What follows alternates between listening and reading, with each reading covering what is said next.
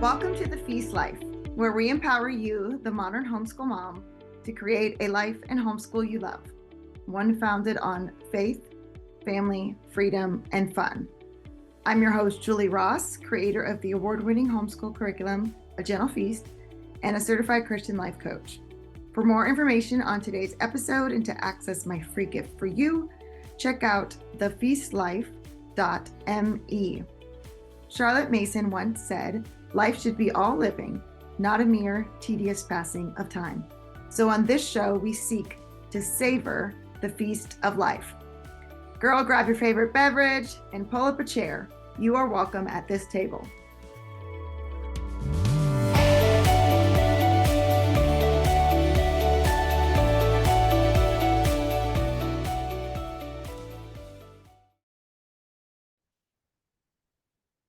Hey everyone, welcome to the Feast Life. I'm your host, Julie Ross, and I'm here today with Brittney McGann, the author of Scouting for Wild Ones. Hey, Brittney.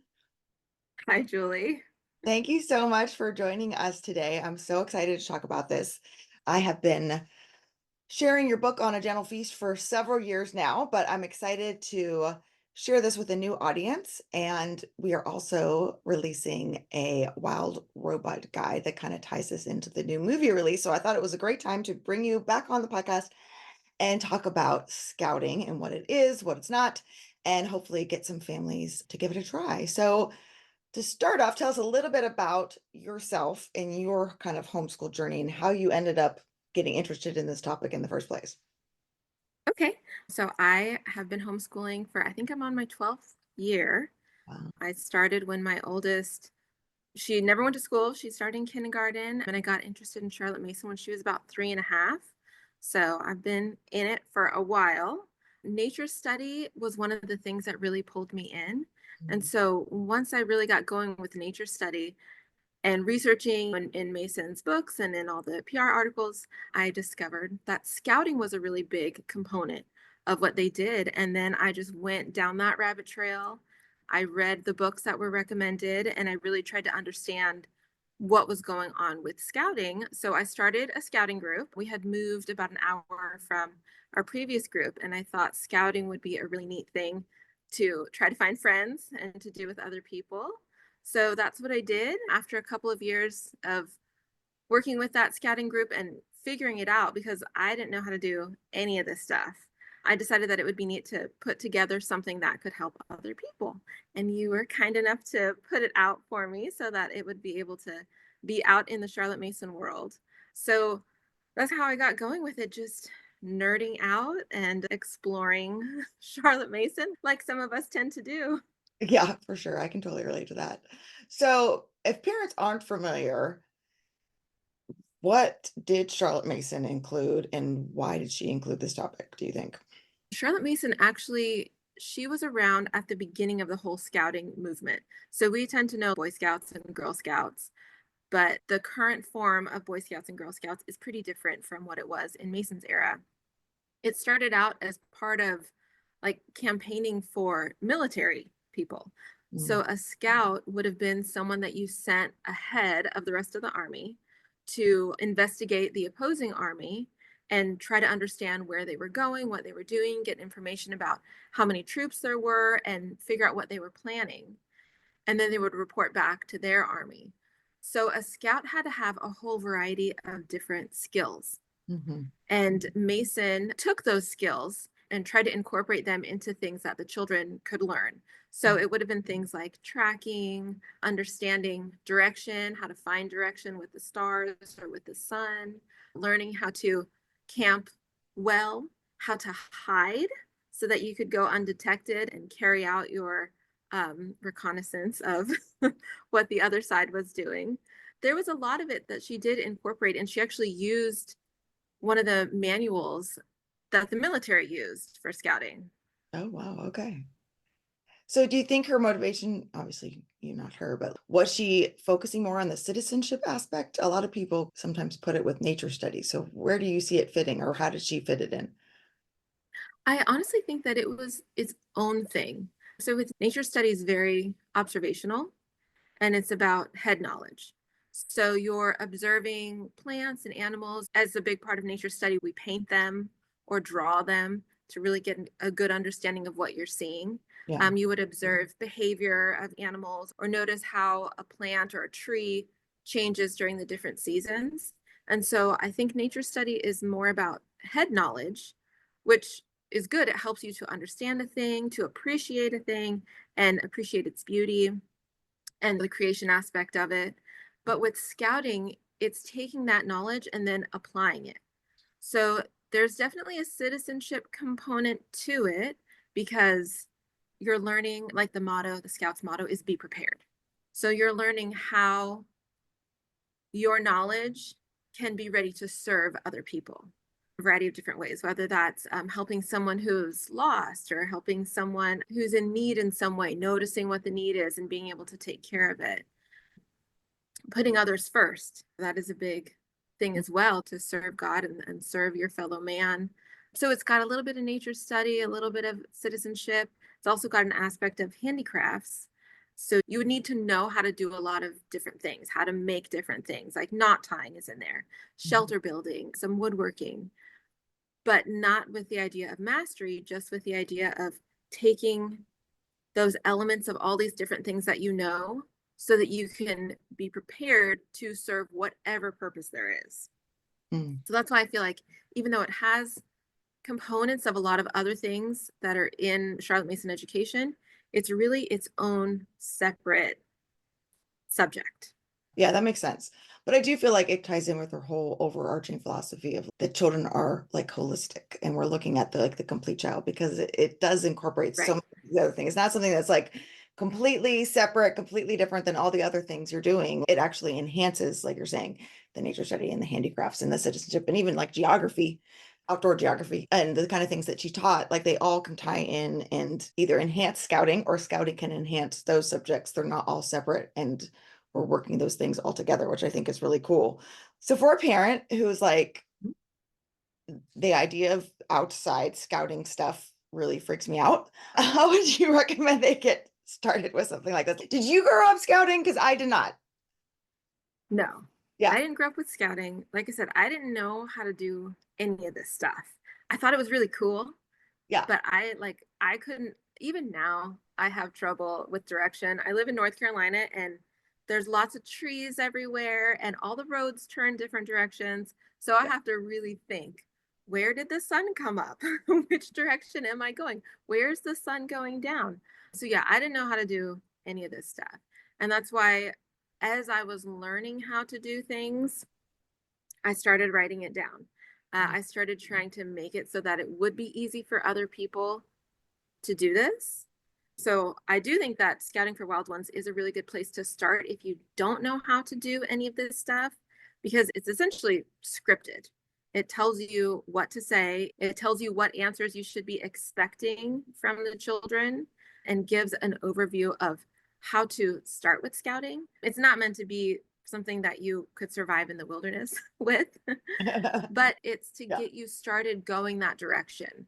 So I think it's great for like kids from about 5 to 12 is probably the ideal age group for getting started yeah, so that it builds their interest. Because if you were to start with Scouting for Wild Ones, it gives you enough of an overview of scouting that if you get really interested in one thing or another, you would know that you loved it. For example, with finding direction, if you really get into hiking and camping and learning direction, you can go for orienteering and do miles and miles long hikes where you're competing with other kids to find your way.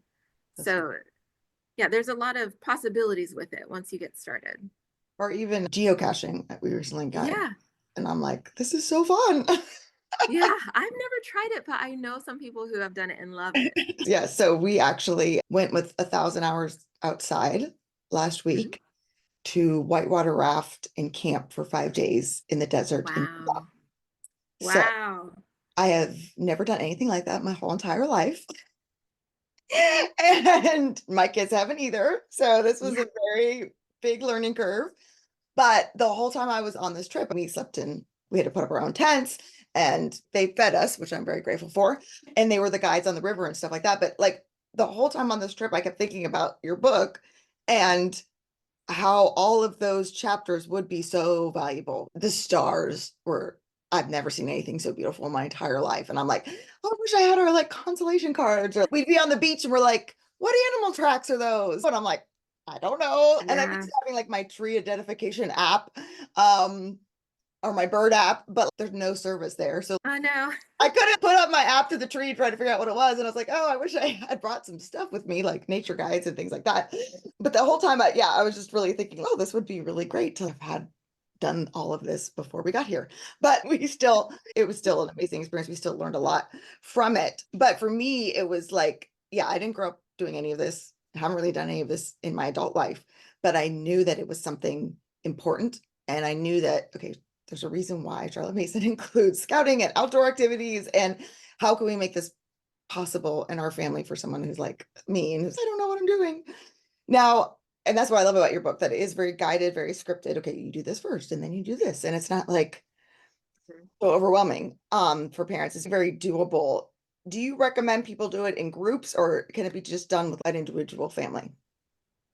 You definitely can do it with an individual family, especially if you have, I think it's more fun if you have more than one Yeah. student. You should at least have a couple of kids. But I think it's ideal in a group because there are a lot of games included as well.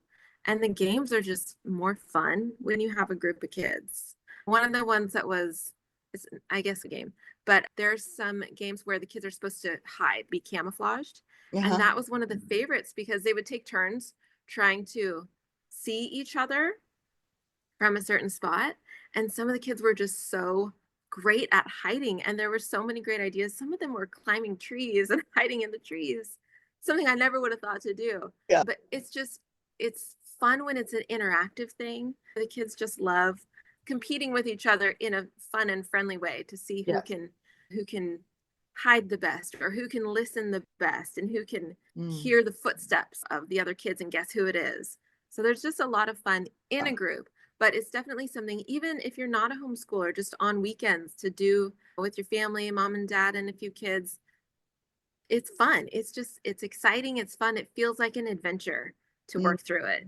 Mhm. Yeah, I think that's the fun part, like, I've realized after our trips. Yeah, it's this adventure and trying to problem solve, and it's, "Is this really school, quote, unquote?" Because what Mhm. academic things are we learning here? Is my child going to be in the military, like the example that you used? No, but even if they may never go camping or never use these things, what are they actually getting, would you say, from doing a kind of a scouting curriculum? How is it benefiting them as individuals and persons? I think initially, because it starts off with a whole section on observation. So, Mhm. learning how to pay attention to the world that you're living in, especially in our modern culture when so many of us are like head down Yeah, in a right. phone, not noticing the other people around us, not noticing the world, even on a level that is dangerous. People are Right. not aware of their surroundings, but Yes. also to be able to interact better with other people, to interact with our nature, our planet, with nature. You want to just be aware of your surroundings. A lot of people also are not aware of how their actions are affecting someone else. Mm. So that initial observation, knowing the world, knowing other people, paying attention to other people, paying attention to how you're perceived, how you behave for a start. But I think also, like you were saying, if you had maybe worked through it before you guys went camping, you just don't know what is going to come in handy. You don't know what knowledge you might need to know. So, again, with that, the motto of the Scouts is to be prepared. If you have a wide array of knowledge, at some point, something's going to come in handy. And Mhm. so it does affect you as a person. It helps you to be confident, to know that enough things that you're going to be okay in different situations, or you're going to be of service to other people in different situations. So it's one of those things like you just don't know what you might need, but it's good to know that you're a capable person who's able to accomplish things, who's able to problem solve and Mhm. figure out what to do in an emergency situation or just anything that might come your way. So I think it builds confidence for kids, especially. And kids, they don't have a lot of control over what's going on in their world. So it's hard to give them opportunities to build that confidence so that when they're a teenager and as they grow into adulthood, they can feel good that they are going to be okay and they know what they're doing. So I Mm. think this is just a great way to start that, to build confidence, integrity, and I don't know. I think it's good for character. Yeah, for sure. I think that's one of the biggest benefits of it is building that kind of that character that you can't necessarily get, I would say, in a lot of other places. Like you can read a Yeah, lot, and the books that we're reading and the living ideas, they're going to change your heart. They're going to make you a more empathetic person, a more caring person, a more deep thinking person. But are you able to, in the moment, serve other people, help other people, provide that kind of guidance? And this is like really practical things. It's not, okay, we need help making a fire, or like we're lost, or things like that that are like, okay, this is like yeah, so practical. But I also feel like it really does, by doing scouting and focusing on some of the lessons in this book, it does help them with other subjects. So, like you're saying, like being able to observe, that's going to help you like in science and in math. And you wouldn't think that, but as your child develops that skill, it's going to transcend to these other subjects as well. right. I think about, you talk about finding directions and being able to identify constellations. That's going to enhance your later like astronomy studies someday. Being able to, like you're saying, like the knots, they're developing like the fine motor skills, and the other skills are going to help them with whatever handicraft they end up choosing. Like Yeah, all of these things all tie in together and really help a child excel in these other areas of learning as well. But then they're getting to do these kind of fun activities outside and develop really hands-on learning. But just after that week, just it really showed me the importance of being outside a mhm. lot. Because we were, I think it was like, we're trying to calculate how many hours. And Ginny was like, I don't know if we can count the ones we're sleeping in the tent. But my one son, he slept outside the whole entire time. So I'm like, that counts as outside That time. counts. I was like, even though he was sleeping, he was You're outside. outside. I'd But count it. yeah, it totally counts. But all that time that we don't normally have, really, it allowed them, like you're saying, to be able to have that adventure, to problem solve, to do things that you would never have the opportunity to have those kind of adventures and problem solve sitting in our house. We're just trying to like figure out like, how do we take a shower in the river without being pulled down by the current? Yeah. Things like I that. never knew I you know would that's need to not know like, that. yeah, that's not like covered in a scouting book, but like you learn things by doing them. And I think that's really good. So when you were doing your program, you did have several families that came in. Were there Mhm. any kind of obstacles or challenges that you had doing these scouting kind of lessons, or anything that you ran into that might be helpful for parents wanting to get started? Yeah.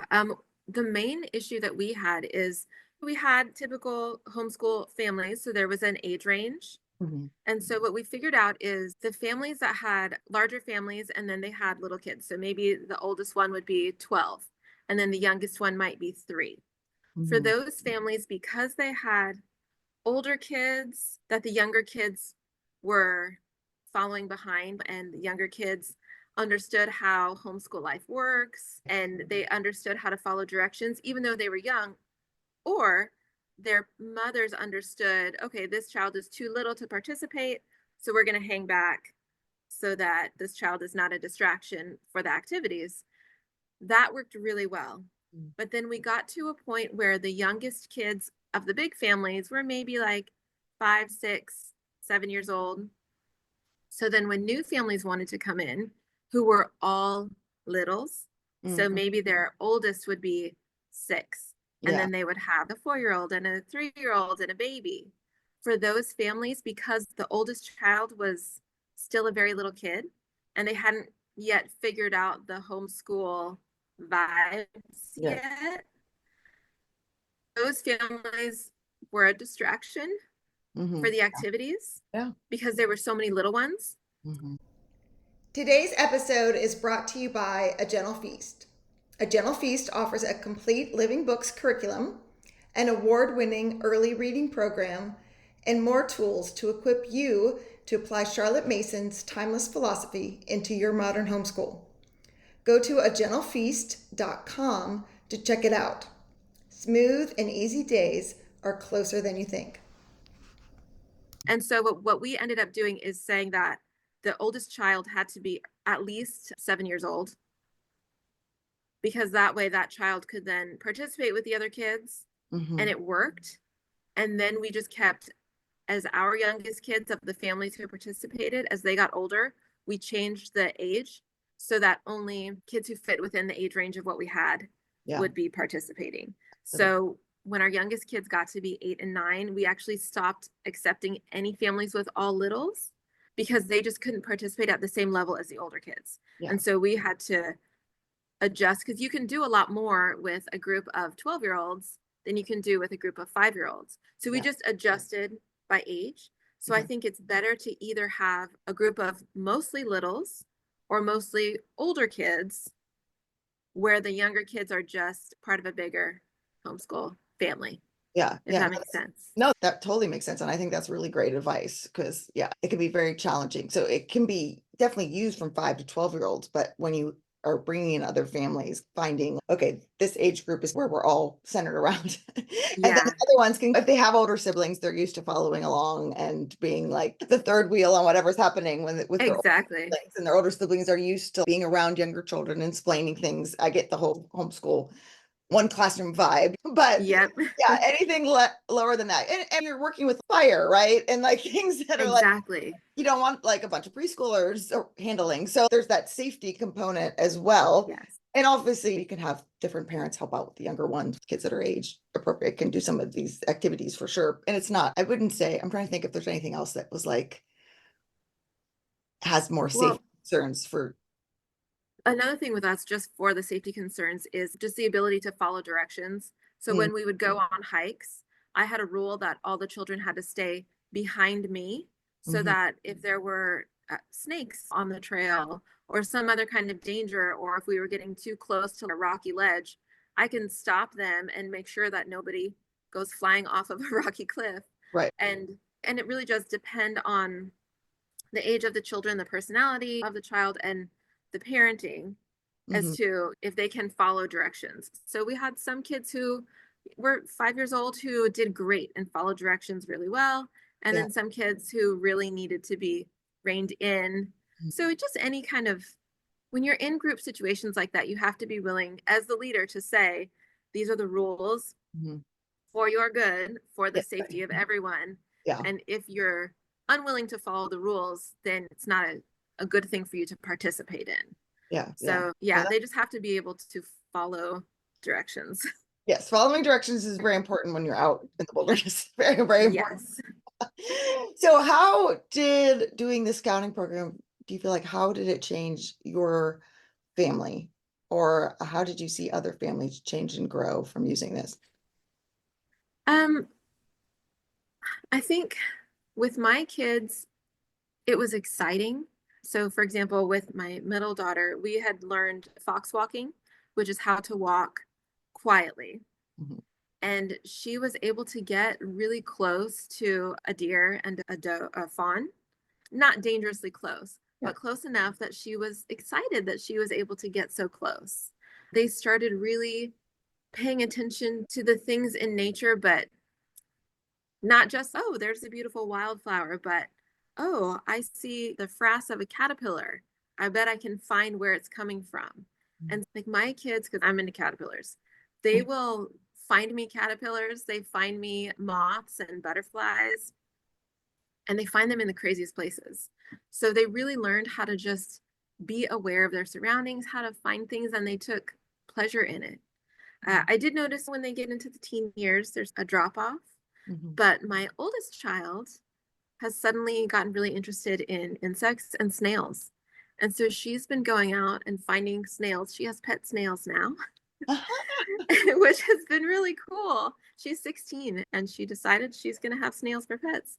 I think even when you're not really seeing what it's doing, Mhm. you see the fruit later. Yep.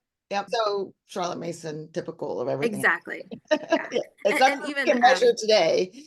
Yeah. yes. And I'll say too, with being prepared, they're they have things on hand. At one point, we had packed bags to have like band-aids and first aid things and stuff like that. My middle daughter, again, she had all kinds of stuff in her purse, ready to go.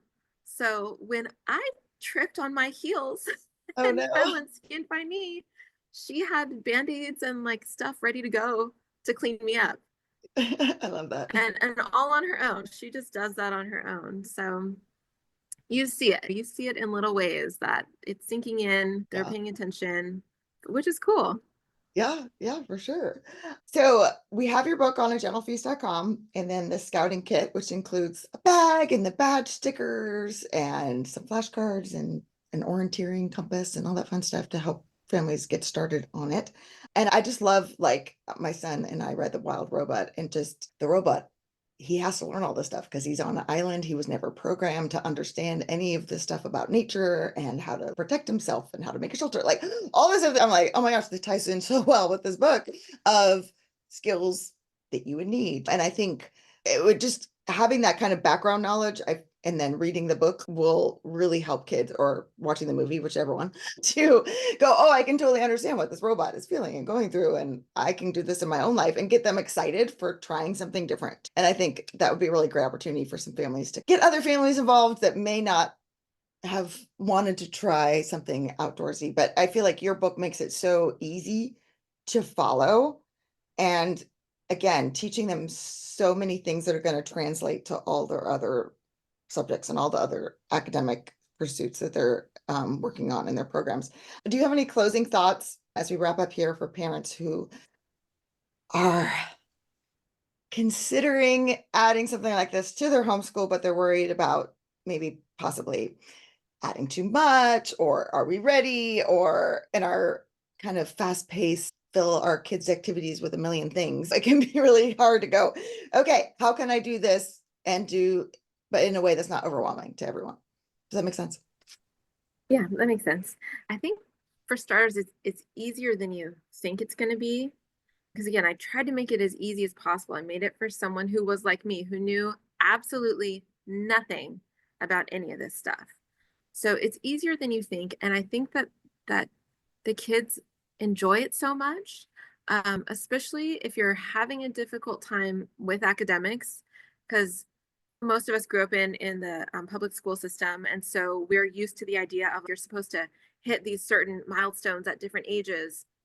But then when you start homeschooling, you realize that's not realistic and that every child is different. Some of them, one of my children didn't really care about reading until she was about 8.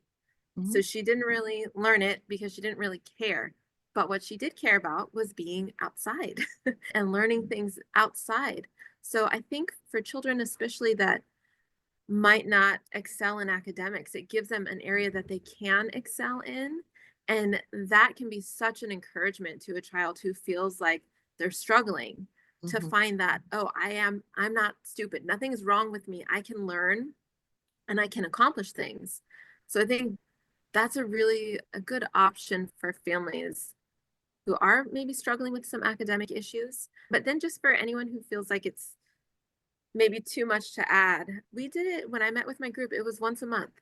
There's no set schedule for how fast you have to go through these things. You can do it as often as a couple times a week if you want to. You can work through it slowly, but still often, and really master all the skills really well. Or you can just do it once a month with friends in a group and keep it as a light, fun activity. So you can do it as intensely or as easy as you feel comfortable and as your family wants to, because it's not like a typical curriculum where you're checking all the boxes. It's Yes. really free, it's really open. You can do it some seasons, and then when it's too cold outside, you can take a little break or focus on the stars. So it's just really flexible, and easy and fun and exciting. I'm so glad you brought up both of those points, because I feel like, yes, this isn't, you must do this in this order and you must do one of these lessons a week, or like you're saying, like checking off the boxes. And it's so tempting as homeschool parents to do that with anything that says curriculum on it. Yeah. But that this is, again, a tool and a resource, and you can make it work. And I'm assuming if you guys only met once a month, it probably took you a year or two, right? To go Oh through yeah, all, we took a few years yeah, because yeah. sometimes we do one lesson several times Hmm. because there are different activities in there. So there are multiple activities to reinforce the lessons. So yeah, we took several years to work through the whole book. Yeah, I love that. Yeah, just fit it in and do what works for you. But I also love that you brought up the point about that this can be a really big blessing for kids who are maybe struggling in other academic areas. And I would also think like just leadership wise, like it's going Hmm. to develop leadership skills. You were talking about giving the kids confidence that they may not feel confident in other areas, but they can lead. Yeah.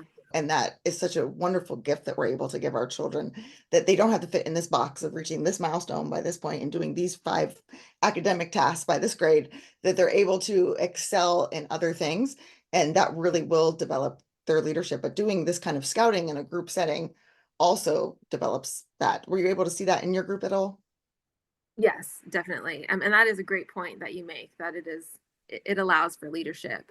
It was neat too to see that some of the younger kids who were maybe better at something when they really excelled, and Mm, then the older kids were excited and got behind them like, wow, you did that so great. That was such a cool idea. Or you found me and I didn't think anyone could find me. So it does help them to boost their confidence and realize again that they're capable, they can take the lead. And even if they're young or if they're little, they can be really good at something and then teach others. My son, he's in trail life now. And okay. so we had done a lot of these things already. Yeah. And so he was excited to go and be like, yeah, I already know how to build fires. I know how to use a compass. Yeah. So then he's able to, show the younger kids or even just not be the kid who needs a whole lot of help, which is great for the leaders Right. to not have to focus so much time on him. Yeah, so there's so many benefits that you really don't see until you're living it. Yeah, that's a really good point. So we'll put the links to all of this in the show notes. Do you have anything else that you would like to mention, or how can people find you? I'm on Instagram at just Brittney McGann. And then I did do a series of articles which are available on Charlotte Mason Poetry. I also did a plenary on scouting for the LER, the Living Education Retreat. And so that audio is available on Charlotte Mason Poetry as well. Okay. So if people want to go dig a little deeper and hear more of the academic points made about scouting, you can find them there. Okay. Yeah, we'll definitely put all that in the show notes. So thank you so much for joining us, and thank you for writing this book and making it accessible for parents to offer this to their children.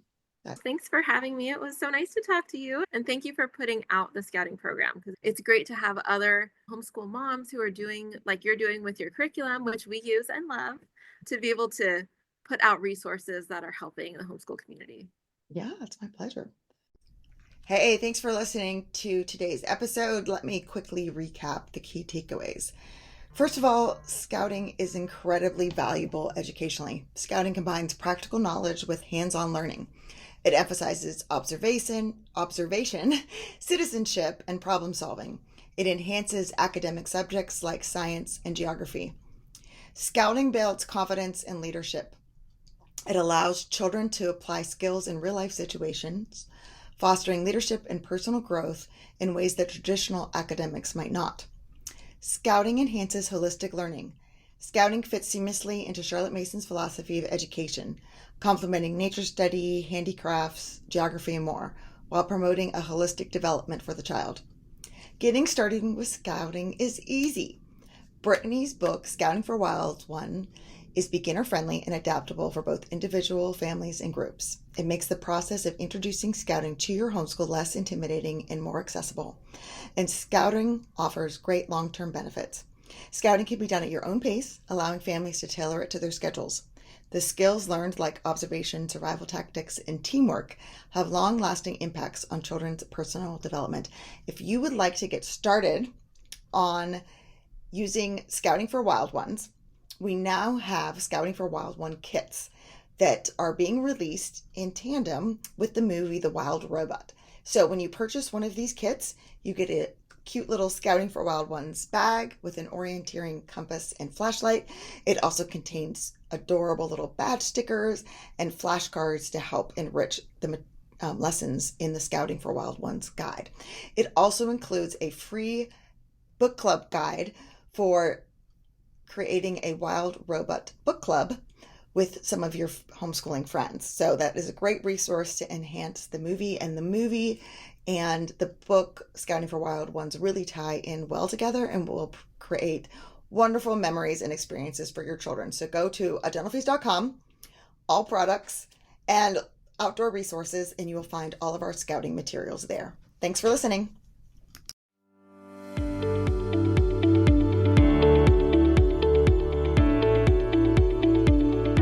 Hey there, Julie Ross here. I just wanted to say thank you for listening to today's episode.